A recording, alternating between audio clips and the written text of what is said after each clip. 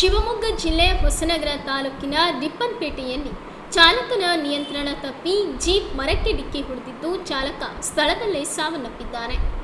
ಅರಸಾಳು ಬಳಿಯ 9ನೇ ಮೈಲಿಗಲ್ಲಿನ ಸಮೀಪದಲ್ಲಿ ಈ ಅಪಘಾತ ಸಂಭವಿಸಿದೆ. ರಿಪ್ಪನ್ಪೇಟೆ ಸಮೀಪದ ತಳಲೆ ನಿವಾಸಿ 45 ವರ್ಷದ ಪ್ರವೀಣ್ ಎಂಬ ವ್ಯಕ್ತಿ ಸ್ಥಳದಲ್ಲೇ ಸಾವನ್ನಪ್ಪಿದ್ದು ಜೀಪ್ ಸಂಪೂರ್ಣವಾಗಿ ನುಚ್ಚು ನೂರಾಗಿದೆ.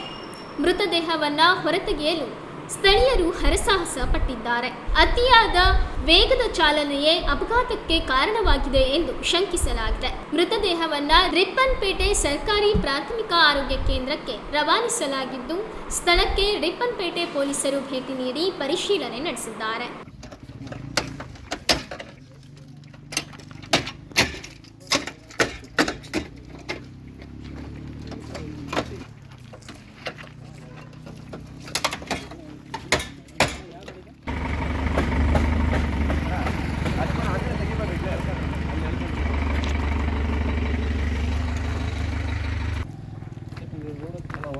ಇದು ಬೇರೆ ಗಾಡಿ ಸುಖ ಆದ್ಮೇಲೆ